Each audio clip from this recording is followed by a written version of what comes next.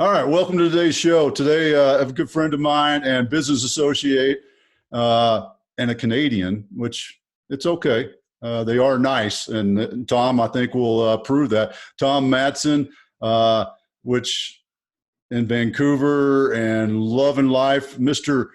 Positivity. And when you watch this on YouTube, you'll see that he's got the dolphins behind him also. And I think we'll touch on that story, which is a great story. Hey, Tom, welcome to the show. Good morning, guys. Very excited to be here. Thanks for making time. And to the American listeners, don't worry, I am bilingual. I speak American and Canadian. You know, we all have our gifts, right, Cam? We all have our gifts, and fortunately, I'm bilingual. That's good. That's great. We don't want to be confusing anybody. Exactly. That's right. That's right. Well, you know, I'm not. I'm trilingual is what I always used to say. I'll try any language. That's about as far as I can get. I am a language rock, as my scores back when I was in the Army used to show.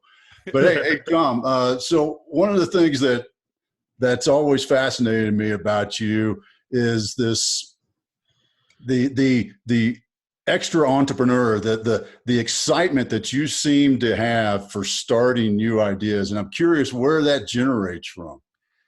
Great question. Yeah, because it's been now, well, more than 80 businesses. And my first business, I was 16 years old, and it was a DJ service, and that was frankly just to meet girls. So can't really call that a strategy, although that was the strategy then. Since then, it became a matter of I love to start things. I love to start things. So for me, starting businesses became almost like an addiction versus anything else. I love to start things. And I would seek out partners that were good on finishing things and executing. And that sometimes worked and sometimes didn't work and sometimes crashed and burned.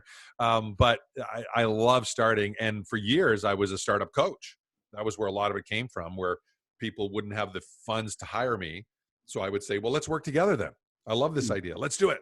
Let's do it. Like I just did a strategy session just before we were recording this live. And literally I said to myself, and if you ever listen to this, John Luke, sorry, buddy. I said, man, if he doesn't do this, I'm doing this. Like it was just one of these ideas where I went, oh my God, this is brilliant.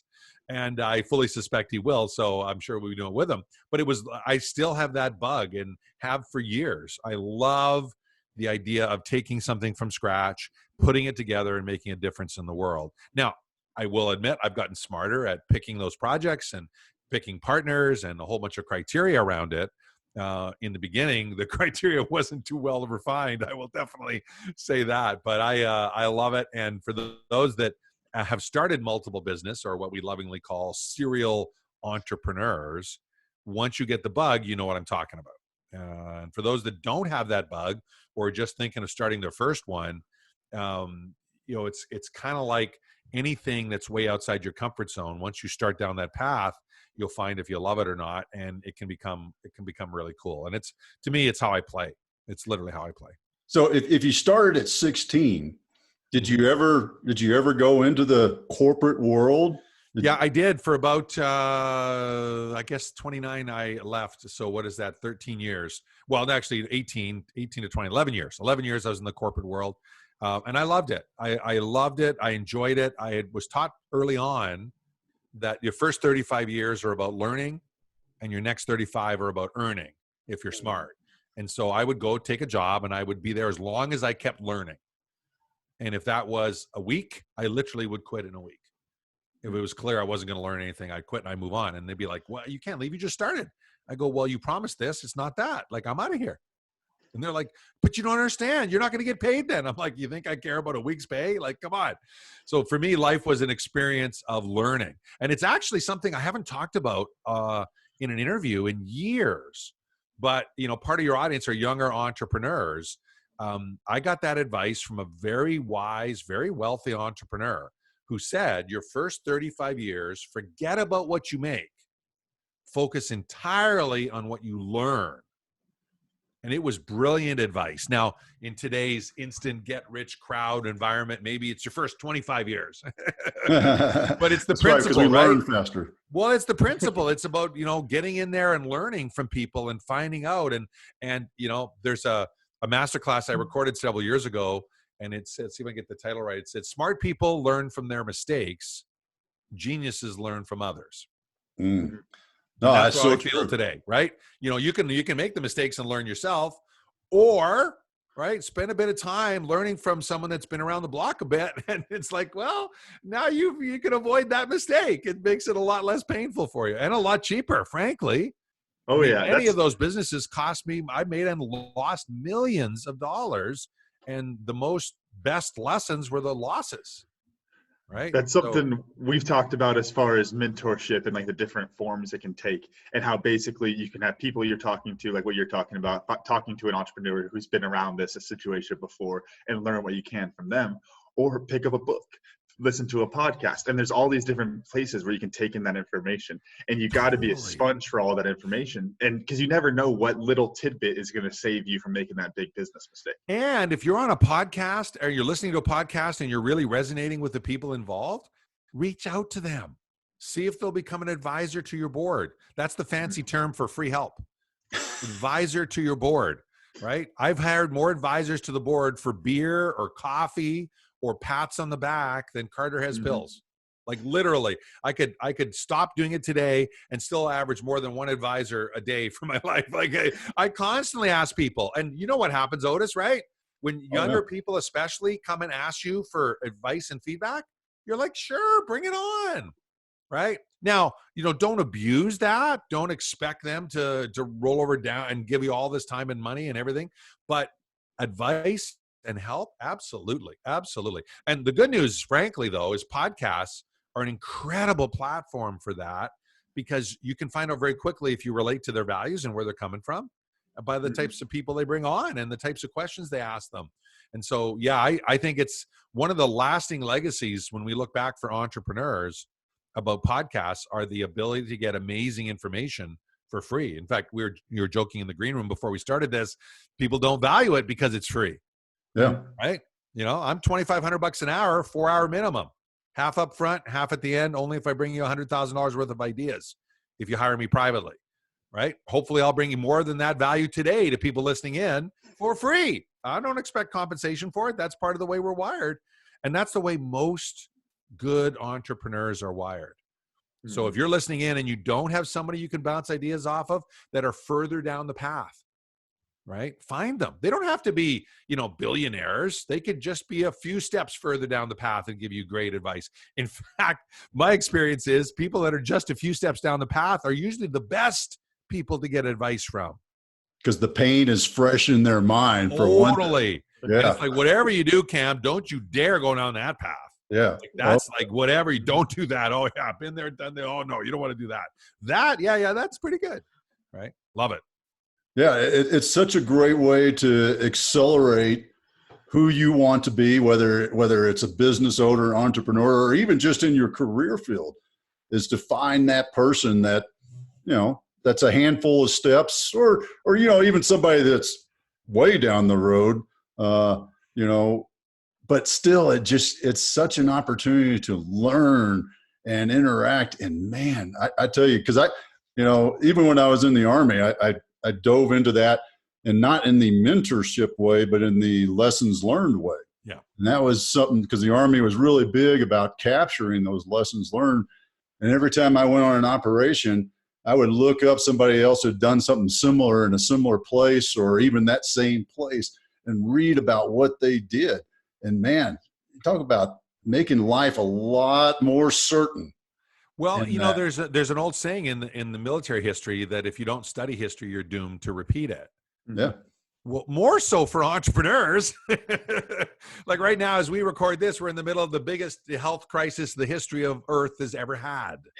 Right? And Congress has just passed a $2 trillion plan, one piece of which leverages the Fed $6 trillion. Mm-hmm. So this is the biggest economic recovery rescue investment in the history of mankind. And yet, there will be entrepreneurs who go out of business in the next 3 months, hundreds, if not thousands of them. And in the last crisis, the economic crisis, where it was a real financial problem, not a health problem that compounds everything else, the financial crisis of 2007, 2008, in the year after, more millionaires were created than in the previous 100 years. Wow. So if you're an entrepreneur tuning in and you're like, oh my God, there it's falling. Yes, it is. Understand the danger, right? Don't be an idiot. Understand, recognize, appreciate the danger, and do something about it. Mm-hmm. There's more opportunity in the next 6 months than there probably has been since 2007, 8. So that's something I wanted to touch on too, Tom, is that, because you're a pretty positive guy. I think anybody that's listening at this point, what are we, 10 minutes into the show, it's pretty obvious that Tom sees the silver lining. So what, and not specifics, but what is that mindset that excites you, that continues you in that path, even though, the sky is, air quotes, falling, but what is that thing that keeps you in the positive side? Really good question. And I was fortunate early on. I had some mentors that were successful entrepreneurs that gave me advice on that exact topic. And that got me reading books like Think and Grow Rich and some of the classics, Maxwell Maltz, Maxwell Maltz, cyber something. I forget it now. Those are my first 2 books that on this topic, where it was like, what you focus on is what you get. Yeah. Right. To just oversimplify. So it became really simple. If I wanted results in life, if I wanted success in life, if I wanted happiness in life, I needed to focus on that. If I focused on the problems, I got more problems. And if I focused on solving the problems, I got more solutions. Right. If I focused on not having money, I had more debt. And if I focused on making money, I made more money. And so I was super fortunate, and I consider it fortune that someone got me into that mindset and then had me start attending seminars and learning from people like that. And then early on, I took a Dale Carnegie class. I was 18 years old, and literally, I remember sitting down with Joy Ryan in Saskatoon, Saskatchewan, and she was describing all the different parts and pieces, and I was this total introvert. And she mentioned, you could do this, you could speak in front of groups, and she could tell, she said, and you probably have more confidence in talking to women. And I went, I have no confidence in talking to women. That would be pretty good, because more than none is good. And I could actually make some money doing things. Oh man, that'd be amazing. So I gave her my rent money as a down payment on the course. And I had no plan, no path to have rent. Like literally gave her my rent money to let me in, and we worked out a deal. She financed the rest. And later I look back and I go, what a nutcase I was. Like financially, that was a really stupid decision, but it was one of those turning points in my life where I learned to believe in myself. Because if you're not familiar with the Dale Carnegie course, the main basic course, you learn to believe in yourself. They teach you how to speak, how to win friends and influence people, but all that's just a metaphor for believing in yourself. And that literally was what opened me into the world of personal development. And I've taken well over $1 million worth of courses and seminars and programs and retreats and books and you name it since then, and got immersed in that. But it wouldn't have happened had none of those first 2 steps happened. Right. So if you're mentoring young people out there, or if you're down that path or you haven't started down that path, pick up a book, pick up an ebook on Think and Grow Rich, cybernetics. Psycho-cybernetics. That's it. Maxwell Maltz, Psycho-cybernetics. It was literally the science of having your mind focus on the positive. And Think and Grow Rich, many of us have heard, but haven't read in a while. It's the classic book by Napoleon Hill, where he studied the most successful people of his time and looked at what characteristics were common. And that's where masterminding is noted, Otis, by the way. It's actually a chapter in his book, right? On the power of a mastermind. And so that's what got me down the path. And today you can do it with podcasts. You can do it with online. You want to be careful though today, because there's so much information available. You could get information from sources that are not like street tested. Let's just call it that. That are BS. Yeah. Well, but I want to stay on that. The you get what you focus on is so true. Tony Robbins talks about that. He tells the story about doing a racetrack, learning how to drive on a racetrack, and how you focus on the wall and you start to head to the wall at 150, 200 miles an hour, and then you really start to. And then the other one he actually talks about is the They're out in the desert. The car's out in the desert. Somebody's driving, their brand new Porsche at 150 miles an hour out in the desert, and they run into a telephone pole. That's right. Because they lost control and they focused on the telephone pole as the biggest danger. So, and if you take defensive driving courses in the military, I took one. If you take them anywhere, defensive driving courses have you steer to where you want to go safely. Mm-hmm. And I mean, total game changer for those of you that live in icy climates. If you're listening to this and you're in a icy climate, if you haven't taken a defensive driving course, you're an idiot. Because ice is really difficult to survive at high speeds unless you have the training. And the first thing they'll teach you to do is get your foot off the gas pedal, right? Stay away from the brake and steer to where you're going. And then the next thing is put the gas on. And everyone's like, oh, you got to put the brakes on. I'm sliding. Well, yeah, if you want to be out of control, sure. Right? And it's right now the same metaphor right now, right? It is. As a business person, most people are thinking put the brakes on. Most people are thinking dial back. And that is absolutely the worst thing we can do, not only for our own lifestyle and our own income, but for our clients. We put the brakes on now, we are absolutely becoming a victim of that icy road, whatever it is. Woohoo! Spinning around doing 360s down the highway, right? It's like you might live or you might not. Hopefully there's no telephone pole. That's right. Right? Yeah. Yeah. So Tom, as you talk about working starting up all these different businesses over 80, you said, so what makes me think of is how do you walk the line of a serial entrepreneur versus that commitment and finishing that you hear a lot? Because as you're talking about these keys to success, one of the book I've been going through now, and something the factor that they talk about in it is grit, and it's the ability to follow through on stuff. And that's something that comes to mind for me as an entrepreneur is like, I have lots of great ideas, but at what point is it just, are you being an idea man versus finishing strong on an actual project? Such an awesome question. And the honest answer is you don't want to get advice from me on that topic. Like seriously, there are topics where you should learn from someone on, and there are topics where you shouldn't. The advice you get from me is how to avoid that problem, not how to solve that problem, right? That's why David Kellum is our COO and partner, Otis, at our company, and Jeff is there because of people like that. And I'm quite serious. There are times where you need to look at the advice someone is giving and saying, are they qualified to give that advice? So making money, qualified.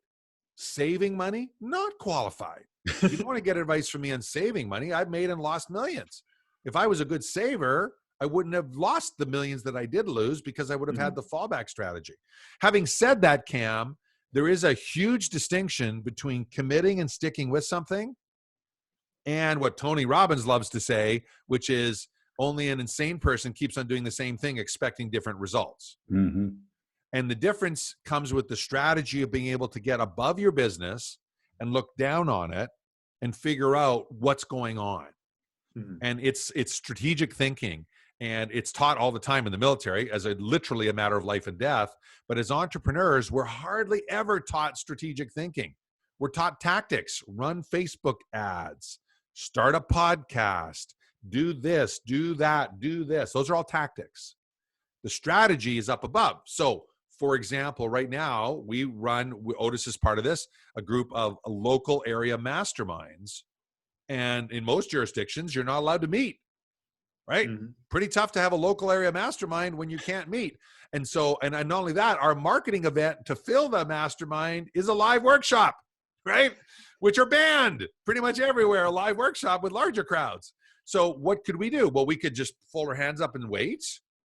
Or we could look at it and say, okay, well, what's the strategic choice? The businesses we're targeting need our help more than ever. So instead, let's find a different way to serve them. So we could have been persistent and just stuck with that model and waited it out, right? And in 90 days, 120 days, get back at that same model. Or we could pivot. That's what the tech guys like to call it. It's a fun term. Change our mind. We used to call it as kids. Right, Otis? Change your mind. Right. Change your mind. But now it's else. A fancy word. Pivot. That's the fancy word. Change your mind and try something else. And that's the responsible thing to do. So I'm all for persistence, but not persistence in spite of the data. And in order to distinguish that, You must. You can't. Very few people, there are some, very few people can be in the middle of the storm and know what's going on. Most people have to get up above it. I assume it's the same in the military, Otis, because you've been in the real literal firefight scenarios. But if you're in the middle of it, it's really difficult to see what's going on in the big picture. Oh yeah. Yeah. You know what's happening to you. Now, I will say this is one of the things that was unique to what I used to do is we would refer to it as tactical actions having strategic effect. And what we were able to do with that is we had to have the knowledge back to what we were doing and what the effect is. And that's something that you can do in business also. Yes. Totally. With your teams, and you set them up in that principle and that mindset of giving them that guidance and that effect that you want, the outcome you want them to achieve. And if they know that and you give them a little left and right and some thresholds, then they can go off and do it and understand that what they're doing has that strategic effect to the business. Well, and a good example of that is the masterclass we're running on Monday. As we record this and broadcast, it was a few days ago, and we'll make sure the replay is in the show notes for you guys that are interested. But Otis and I and a bunch of other people are doing a masterclass on how to ethically profit from the chaos that's going on right now, how to ethically profit from the chaos. And when I was preparing the swipe copy, as we call it, the emails and the headlines, I'm like, I'm going to get killed on this. I just know it.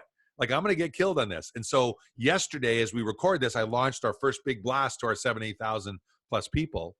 Guess how many complaints we got about promoting thriving with the coronavirus? Guess how many complaint emails I got, Otis?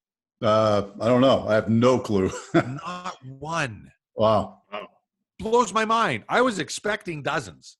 I was quite prepared, expecting dozens. But not one. I was like, wow, that's really cool. Because that tells me that more people already are starting to think about how do we get through this in a good way, not just survive it, but thrive on the other side. And that's the job of an entrepreneur, because chaos comes and chaos goes all the time. Anyone thinks that's not the case hasn't been an entrepreneur long enough. Well, it's part of the journey. I was talking with someone earlier this week on Monday about that, and they picked up on my tone there, where basically they could tell I was hurting on the situation, I was wanting to do something, but that the overlying driver there is trying to help people, and it's still that overarching theme of my business of wanting to be out there and helping people. And I wound up literally saying it of, look, I'm just trying to figure out how I could help people and hopefully help myself while I'm doing that. But I think that really speaks to, we joke this all the time. Business is not a bad word. I own 2 corporations, but they, when you look at it from that way, that's generally how most entrepreneurs look at problems. Is it's solving a problem for other people. Totally. You would like to profit off of it, but again, profit's not a bad word. I have to pay rent, but it's all about other people when you look at it that way. Totally. And there are I'm in a mastermind with one of the top online, not online, but physical direct mail marketers of all time, Brian Kurtz. He's done over 2 billion pieces of email marketing, or not email, physical mail, physically mailing. Like, can you imagine? That's a ridiculous number. Crazy. I tell him every time, you're entirely responsible for no trees left in America. You realize that, right? But no, I'm just kidding. So then he took that advice, started a nice nonprofit, planting trees. And Exactly. Exactly. So we were talking, he says there are 5 ways to get paid, and money is the 5th. And that's what I loved about his perspective. There are lots of ways to get paid in any economy. But right now, you should also be thinking about what are the other ways to get paid, right? So one of them, for example, we won't go through all of them time-wise, but one of them is to get referred, right? To be referred, that's pretty cool, right? To other people, say, yeah, you should talk to Cam. He's got some great perspective. He can really help you out on this, right? That's a way to get paid. Whether or not you're getting paid directly, you're getting referred to help other people. And that's a really cool perspective right now for entrepreneurs to be thinking about, right? Yes, you want to get compensated. Yes, you want to make money. Absolutely. Without it, you need your taps are going to run out, right? But our job fundamentally is to bring value to our clients. We'll get compensated if we bring enough value. There's no question about that. No question about that. But we got to bring value. And this will separate, the men from the boys, the wheat from the chaff, right? If you're not bringing value, you're going to be out of business. So if you're struggling to bring value to the marketplace, if you're listening to this right now and you're struggling to bring value, that's your number one priority. Number one priority is get some people around you that are wiser than you, that have been down the path at least a few steps further, and ask, how can we bring more value? What can we do to bring more value to the equation? And I don't care whether you're a bricks and mortar coffee shop or a restaurant or a service-based enterprise or a coach or a manufacturer. Doesn't matter what business you come from. I've worked with hundreds and hundreds of businesses, thousands actually, over the years. Every business right now should be asking that question. And you know what? The big ones are asking it a couple months ago. Yeah. The big ones are looking and saying, how do we add amazing value? So on the other side of this, I saw the CEO of Coca-Cola interviewed the other day and the CEO of Starbucks on CNBC. They were both interviewed back to back. Both of them had specific plans, specific value propositions. It was like, wow, these guys are going to be so big on the other side. And they're not bad now, reasonable startup operations, Starbucks and Coca-Cola. Yeah. Just a couple of bucks in them. Yeah, they might survive. And the Coca-Cola guys, we've been through a lot of crises at Coca-Cola.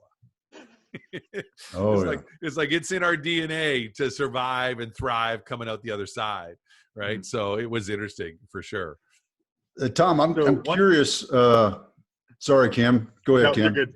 I was going to kind of switch it a little bit. So as we're talking about value proposition, that brings me back to with the Engage Foundation down here in Tucson. And one of the biggest steps I could take with that was advice from our friend Angus Peacock, was telling me to focus on the value proposition.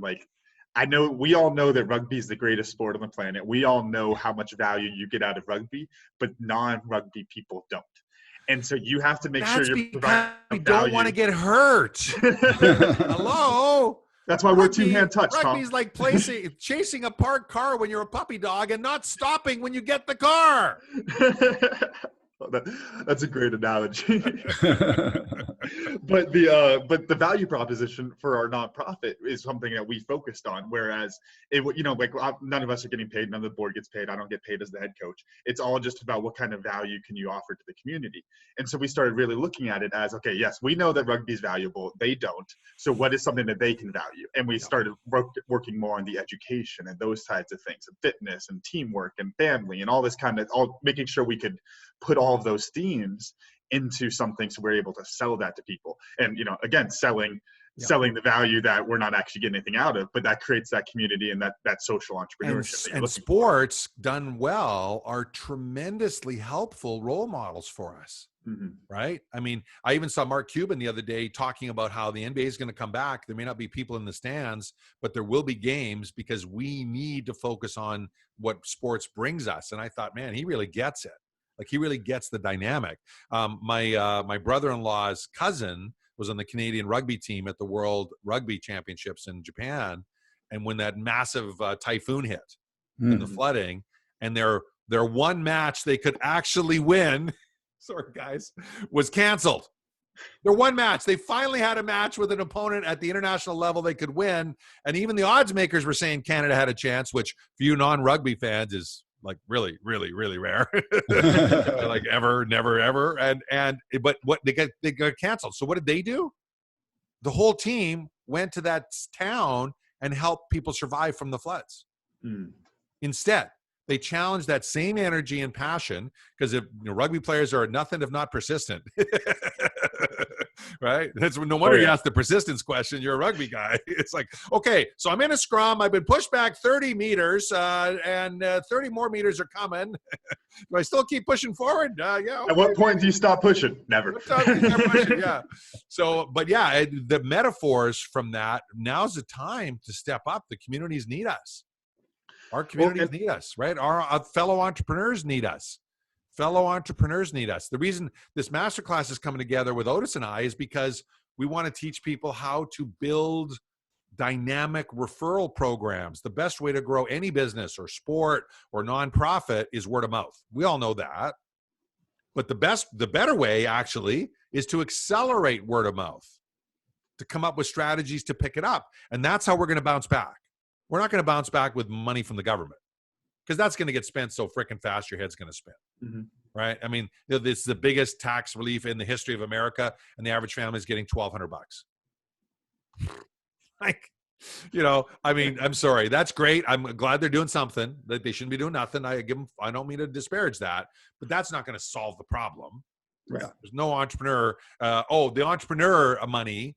You ready for this, Otis? I finally saw data on the deal from last night as we record this.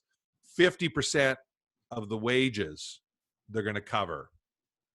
50% of the wages, if you agree not to let people off. So not to furlough them, right? As long as you're prepared to cover 50% out of your hip pocket, they'll match 50% up to a certain amount. Well, that's better than nothing, but that's not going to stop a small business owner from shutting their doors. Right? So if I lose $20,000 a month instead of $10,000 a month, or $10,000 a month instead of $20,000 a month, I don't think so. Right? There's going to be some dislocation. So we need to step up as entrepreneurs, help other entrepreneurs survive and thrive, help them grow, help the nonprofits. One of the biggest problems the nonprofits are having is the volunteers aren't showing up. Because they're worried about the volunteers aren't showing up, and it's also their fundraising campaigns are dwindling, because what do a lot of them do? They hold galas and they hold events and things like that. I mean, I'm involved in several of them that have canceled, and now there's an opportunity, guys. We'll have to invent a cyber golf tournament. Ooh, there you go. Cyber golf tournament. 1.25 million golf tournaments a year for charity in the U.S. alone. 1.25 million. Wow. Right? So a cyber golf tournament. I say that facetiously, but I'm not. Head of this morning, a guy that's on the board of Robin Hood Foundation, which does some amazing work for the most poor in America. The Robin Hood Foundation, they have a gala where they get, what did he say? 4,000 people together in the Javits Center, New York, once a year. Well, they're now planning for 400,000 people on an online gala, and they're figuring out as it goes. And in May, they're going to have an online gala. He's already plugging it on CNBC, right? Wow. He's already plugging the online gala. And he said last time the crisis hit, they raised more money than ever. They expect to beat it this time. He's already planting seeds, the whole bit. Well, imagine 1.25 million charity golf tournaments. And that 10, 20, 50 grand, it may be half their budget, maybe a third of their budget for the whole year. Plus the goodwill and the awareness and all the other stuff and the fun and the camaraderie and the teamwork. And so, even if you're not into golf tournaments or golf, right? If you care about charities, okay, what's a cyber version look like? By the way, I have no idea what a cyber golf tournament looks like. I have no idea, because part of that whole charity tournament isn't the golf. If you've ever been in one, the quality of golf is really bad. It's about camaraderie and having fun and slapping each other on the back and all this other stuff. So how do you do that in cyber? Maybe you can't. But we can't just say, okay, there goes billions of dollars for the charities that we care about. No, and that's the, man, you just nailed it again. And I'm hoping people are hearing the theme, that it's how you look at things. Do you look at it as, woe is me, this sucks, man, my nonprofit's not going to make it, I finally got enough money to hire somebody as a permanent staff, now I got to furlough them? Or are you going to flip your switch and you're going to say, well, what is it that I can do? And that right there is the power of it. And I think that right there, I was going to ask you earlier, what's the theme through 80 plus businesses? But I think it's the solving the problem, seeing a problem, and then solving it, whatever that problem may be. Am I right in that? Absolutely. Absolutely. I believe entrepreneurship is the greatest force for good on earth. Done right. Done right. I mean, there are criteria to define entrepreneurship done right. But entrepreneurs, by their nature, are problem solvers. If you think about, look around, the things you value most, there's some entrepreneur that's played a role in it somewhere. Even if it's the park that got preserved down the street because an entrepreneur lobbied to get it preserved, right? But most of the things that we use or are part of our lives on a daily basis, some entrepreneur figured out a way to bring that to us. Right? I mean, electricity is something that came from an entrepreneur. Yeah. Right? Cell service, phone service, the concept itself came from entrepreneurs. Just about everything we value came from an entrepreneur. Well, guess what? That's how we're going to get out of this. And on to the next thing. We're going to solve problems. We're going to solve problems for people. And if we do a good job, we'll be compensated. In a free society, that means getting paid multiple ways. That's a good thing. Not only is it not a bad thing, it's actually an essential thing. I debate with nonprofit people this all the time, right? Nonprofit is actually a misnomer. It's called not-for-profit. It's not a nonprofit, right? It's technically a not-for-profit organization, but they need profit. They just call it something else. And if they don't, right? Katie Sharfin from Austin, Texas, Alex Sharfin's wife who runs their business, she has a quote that I love, which is, the saddest thing in the world is a broke philanthropist. Right? You're not doing a lot of good in the world if you're broke. Right. Yeah. You're just not. You're just not. And so that's where entrepreneurship plays such a key role, guys. And I'm glad you're helping inspire the world by spreading that message out there, because that's really the difference. And by the way, can you do a good job as an employee? Sure, absolutely. Us entrepreneurs need employees. So I think this is something we've said a lot of times on this podcast, as far as you have to do well in order to do good. And that's really what that comes back to, is you have to, that's where profits come from, is because it pays your rent, pays your bills. But I'd really like to dive in on what you're talking about with entrepreneurs here, because I really like that the idea, the greatest force for change is something I found myself talking about. Because I find myself getting frustrated with a few of my friends recently as we talk about things, whether it's politics, whatever, social problem, and they talk about all these different solutions or vote for this guy or whatever, and I go, why don't you do anything? Like, what is stopping you from figuring out a way of whether you're monetizing it or figuring out a way to fundraise to have it, if you can't monetize it, to go out and create that change? Because that's where all this change comes from. You look at our path forward, and I think I've referenced on our Dr. Quello episode, the wizard versus prophet. We don't need to dive in on that. But I'm a wizard side of the spectrum guy, because I know there's entrepreneurs out there that have solved all of these problems on a tiny scale, and we just need to figure out how to scale it up. And no matter whether you're looking at social entrepreneurs or in business, there's people solving those problems because they're getting faced with them. And once those people start working to solve that problem, and we can figure out how to scale it, then we solve it on the larger scale. And that's all from entrepreneurs. Yeah, totally. In fact, my favorite example today is a company called 4Ocean, the number 4 and Ocean, 4ocean.com or .org. I'm not even sure. They're two young surfer guys with ridiculously good looking bodies. Absolutely sick. I don't know where they got my old pictures from and photoshopped it. They clearly found some old footage of me.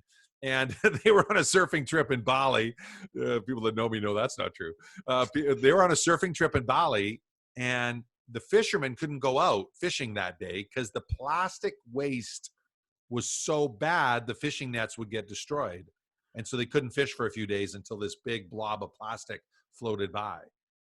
Well, that happens. We identify problems all the time as people, right? We're on holidays, we're traveling, whatever. Most of us are like, oh, that's sad, and move on. These guys are like, that's ridiculous. We got to fix this. So they put together a plan to hire these fishermen when they couldn't go out, to go out and pull the plastic out of the water, recycle it, and clean up the water. And now you buy a bracelet from them. So a 4Ocean bracelet for $30, $35, and they pull a pound of plastic from the ocean. Mm-hmm. And on top of that, the bracelet's made from the plastic they pull out of the ocean. They recycle the glass and the plastic, and it's made from that. Total for-profit business. Not even a foundation in parallel, which is what we teach. Have your for-profit, have your not-for-profit, and run them in parallel. Not even that. They're a for-profit enterprise that are making massive impact. Literally, I think on their website, they're up to something like 311 million pounds of trash pulled from the ocean. Wow. In dozens of countries. Classic example of an entrepreneur identifying a problem and going to do something about it in a smart way, where they say, how do we motivate people to do it? Well, let's tie it in, right? Let's tie it in. Every time you buy a bracelet, we pull a pound of plastic out. It's brilliant. And I don't care what it costs them to pull a pound of plastic out. It's obviously less than $35. I know that. It's probably $1. It might even be less than $1. I don't care.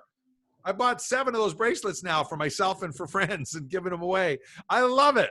I love it. It's such a brilliant example for all of us, right? Where we can make a big difference in the world and make a lot of money all at the same time. See, it used to be, the old model was make money and then do good, right? Give away some to the poor. Yeah, alms for the poor, alms for the poor. That's the old model, right? Make money and give some to the poor. Now, I believe the new model is do good and make money at the same time. Start from the beginning. And here's the cool part, especially for young entrepreneurs. Millennials, Gen Xers, Gen Z, Gen Y, Gen Z. See, I told you I'm bilingual. Yeah. All of those people, if you've got a cause-driven business that's making a difference in the world, they love ya. And if you don't, hasta luego, baby. We're out of here. So you make more money. That's the crazy cool part. You actually make more money trying to do good in the world than if you were just trying to operate your business itself. So it's a compounding effect that makes it even better. And I am super excited because over the next 20 years, that'll become the norm, right? Maybe even the next 5 years, I hope, but certainly in the next 20 years, it'll be the norm. It's like proper labor standards are now for people like Otis and I. We don't even think about proper labor standards, but our grandparents did. Yep. Our grandparents would be working 18-hour days, right? And in some cases, our dads, right? But now it's like we don't even consider it. And Cam's like, what's labor standards? Right? It's not even an issue. It's not even an issue that people would be abused in a free society for working. It's not even you can't even imagine it. And yet, of course, it still happens in some places. I'm not saying it doesn't exist, but it's not the norm. The norm is you do it right. I believe socially responsible enterprise where you do good and make money at the same time will become the norm. And there's a window for the rest of us to deliberately go that way and profit as we do that and inspire others to follow suit. You know, that reminds me a lot. It took me back to a couple marketing classes that I had here at the U of A. And one of the big things that was an interesting day of lectures was we were talking about the shoe company, Tom's. And we were basically going through and rating them as a product and going through and comparing it to all these different shoes. And then we said, okay, why would you pay 3 times as much for a crappy shoe? And then everyone kind of goes silent, and it's a huge, 300-person lecture. And he goes, no, really, who here wears Toms? Who's wearing Toms right now? And, 15, 20, 30-ish hands go up. And he goes, why are you wearing those? She's like, well, they donate a pair. It's like, okay, you don't know how much that shoe cost. You don't know how much it costs them to donate. They're probably still making that crappy shoe, sorry, Toms, for, both pairs for $10 and you're paying 40 for it. But because they have that business model where they're trying to do good, it adds that value proposition and everyone gets in hook, line, and sinker. 650 million pairs of shoes. Last time I saw a number. Wow. Oh my gosh. In a super competitive space, where I've asked thousands of entrepreneurs that same question, Cam, why do you wear those shoes? Not one said because they're good shoes. Yep, exactly. Not one said that. They're good. Oh, they're good shoes. No, they all talked about the give back strategy, buy one, give one. And they don't even give, which is smart. They don't give the same shoes away that they sell. They give away shoes made for developing countries that wear better. So they're actually completely different shoes, which happen to have a lower production cost than the shoes they sell you. So it's actually even better margins, Cam, than you think it is. Oh my gosh, that's hilarious. And the guy who founded it sold the company for billions. So everybody wins. Everybody wins. Now, my belief system would be they could also make a better shoe. But that's, I'm not here to judge. They're doing okay without my advice. Oh yeah, multiple paths to success. Yeah. Hey, Tom, so we've touched on it, but I want to ask the specific question. Where do you see business going in the future? And we could talk, in this near term kind of coronavirus sort of environment that we're in, but even beyond that. This is the time for the entrepreneurs to shine. I think the dislocation that coronavirus is forcing on people is going to have millions and millions of corporate people going, I really don't like my job. I say that, but I really don't. And I really do like hanging with my family, even if I'm forced to see them in quarantine. Like, I really do prefer that. And so I actually think this is going to be, when we look back a couple of years from now, the biggest shift in entrepreneurship in the history of mankind. I absolutely believe that to my core. And yes, we are positioned to profit from that. So I'm biased for sure. But part of the reason I believe that is that for 37 years, I've helped people build a business of their dreams, one form or another. And so when I saw the data point all the way along the 37 years, 70% of people hate their job, 70% of people hate their job, which, by the way, there is no data to back that up. It's all people quoting each other. I've looked. I love trying to track down sources of information like that. Circular reporting, right? Circular reporting. And the American president calls it fake news. In this case, he's right. It's fake news. It's people quoting each other. And there is no source data on that. But anecdotally, it appears to be accurate. Mm-hmm. That's ridiculous. Why should 70% of people be doing something they hate to do? That does not make sense. Star Wars and Star Trek not taught us anything? We're supposed to live long and prosper in the future, right? We're not supposed to hate our job. You don't see people on those starships hating their job, right? It's a perfect future where we're doing what we love to do. And interestingly enough, in their vision, there's never money. I don't know if that'll be the case, but I do believe the more we do, I believe the purpose in life is to find your calling and live it to its fullest.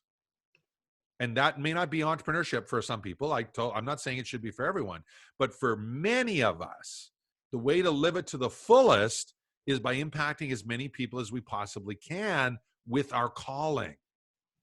And so I don't begrudge rock stars making $100 million a year because they're entertaining people, right? I may or may not like their music. It doesn't matter. Obviously, millions of people do, or they wouldn't be making that sort of compensation, right?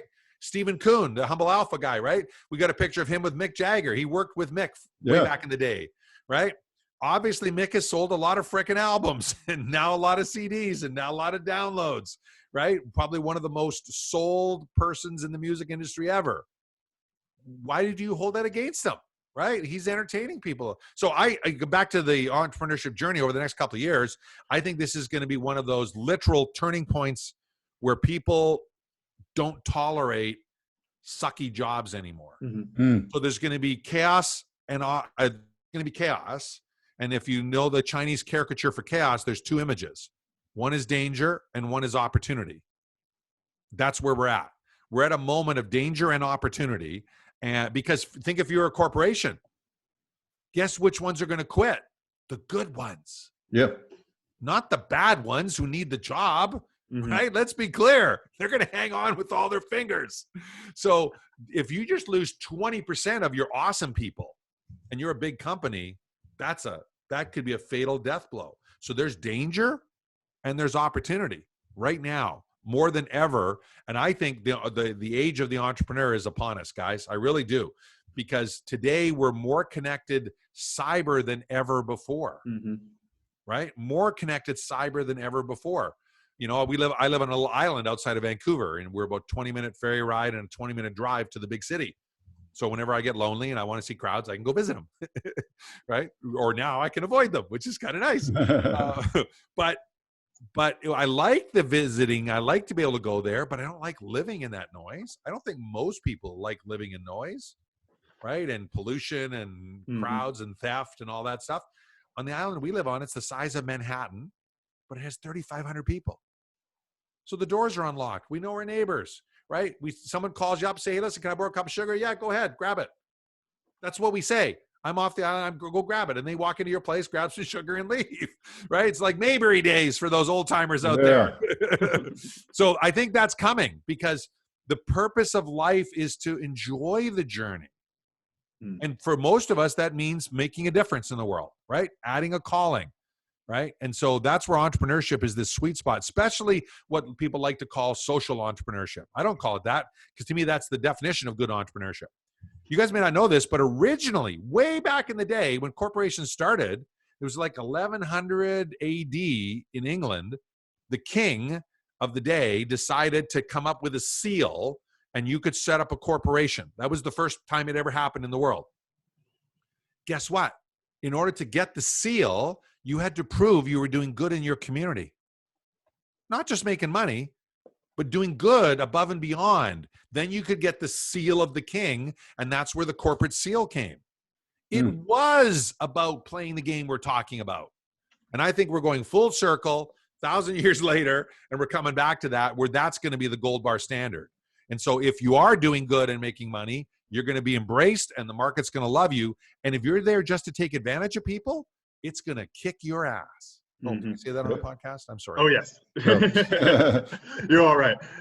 So, Tom, I think that's really interesting, the way you're looking at it, because as I've talked with a lot of folks, it's been, a fun area of discussion, hypothetical questions recently in this situation is what's going to change in business? What kind of shifts are we going to see? And the two big ones that I've been anchoring on are we're going to find out which jobs you can really work from home. And then we're going to find out how much people actually hate commuting. And I think both of those just feed into what you're saying. Like, I really do. I hadn't thought of it that way before, but those are two big things where if you find out, I could really work from home. I like spending time with my family. I really hate driving to work. And then you start thinking those entrepreneurial wheels start turning. You're going to see more people do that. I think that's 100% right. Yeah, totally. The commute is the biggest form of torture on planet Earth. Right? 100, millions agreed. and millions and millions of people are stuck commuting, right? No one wants to commute. Who wants to commute? Even if you like to drive, right? Even when, you like to drive, commuting isn't driving. Mm-hmm. Right? If you're going reverse to the commute, that's different, right? Then you're having fun, you're rallying, watching all the lineups, waving at the people. That's different. I used to do that consciously. If I had to commute, I would move so that I was driving against the rush hour because I refused to be one of those zombies in the lineup, right? And sorry, if you are one of those, it's not too late. You can be saved. Start a business of your dreams. Get on it. Well, hey, Tom, thanks for your time today. To wrap up our show, we always say, what'd you learn? So I'll let you go first today, Camden. So the thing I learned, I loved what you were talking about is your first 35 years you should use to learn and then your next 35 to earn. I love that. I've always kind of had the Leonard Skinner philosophy in the back of my mind of learn while you earn, to go play the bars while you learn how to play the guitar.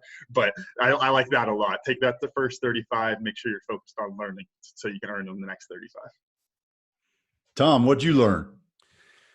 I learned that the people like all of us, the three of us, need to get out more and talk to people more about right now why they should consider not like leave their job, but shifting, right? And starting a business of their dreams. I think it's more important than ever. Lifestyle, right? The commute, absolutely. A good friend of mine, a perfect example, Chris Erickson. He's an architect. I ran into him the other day, 6 feet away. We're practicing good social distancing, so I didn't run into him. And I said, so how's it going? He goes, oh, I love it. And I go, what do you mean? He goes, I'm saving 3 hours a day of commute time. Mm-hmm. And all the work I'm doing, I can do from home. I wanted to work from home anyhow. So he totally got the lemonade from it. But he still got the job. Right. I know he's got an entrepreneurial bug in his body. I should have brought something up. Like, what business you going to start, man? So I think that's what I learned is that it's our job as entrepreneurs to sort of poke that hornet's nest now. Mm-hmm. Say, hey, well, what are you going to start? What business are you going to start then? How about you, Otis? Yeah. Well, for me, it was something as simple as the Dale Carnegie thing. I've heard all the Dale Carnegie stuff, but you summed it up into 3 words. And that was learning how to believe in yourself. And I thought that hadn't heard that. Well, no, I said to learn. Camden's counting. Okay. 6 words. Not learning how to believe in yourself. Those are 3 words. Okay. So that's the answer. Believe in yourself. Yeah. And there's so much to build off of that. Hey, Tom, before we fully wrap up, how can people get in touch with you? Where can they find more information about the masterclass and those sort of things? I think the best thing people can do, we'll make sure we got the link in the show notes here. So either link in the description of the YouTube or the show notes, we'll put in the masterclass that you and I are going to record between now and when this airs. And it's all about literally how to ethically profit from the chaos. Watch it. Spend 3 hours. It's a free training, 3 hours long. We're actually offering $10,000 scholarships to every single person that attends. We've never done this before, where we're doing it on purpose because right now we want to get this out to entrepreneurs and those that want to be entrepreneurs. Get out and launch the business of their dreams or save their business and scale it so you're ready on the other side. So that's what I would do. You can connect with me anytime, social media, LinkedIn, just spell Matzen. MATZEN for the Canucks and the Brits out there, and Google me on LinkedIn or Facebook, and you can reach out. But the best way is watch one of our master classes. That's our best work. Our highest and best calling are these 3-hour deep dive trainings. And do a favor, recruit some of your entrepreneur buddies to go watch it as well, because right now entrepreneurs are suffering more loneliness than ever before, right? We're being forced literally to not congregate in most places. And so we need to electronically communicate more than ever and build that community. Like Otis has got his Beer with Otis on Cyber now. I love that. Right? Or Coffee with Otis, Beer with Otis. He's got a choice. You can have a choice, beer or That's coffee right. with Otis. And we need that. We need to connect. We got to forget. Let's not forget, right? In the times of forced physical isolation, to keep that emotional connection going. So thanks, guys. I really appreciate your time. Yeah, thank you for being on the show, and thank you all again for listening to today's show. Special thanks to our guest, Tom Matzen, and our sponsor, MASH, Military and Athletic Strength Hemp Oil. You can check out recent episodes of the Cam and Otis Show on Spotify, Apple Podcasts, or wherever you get your podcasts. And check out a full archive at thecamandotisshow.buzzsprout.com. The Cam and Otis Show is on Twitter, Instagram, and Facebook. Thanks again. See you all next week.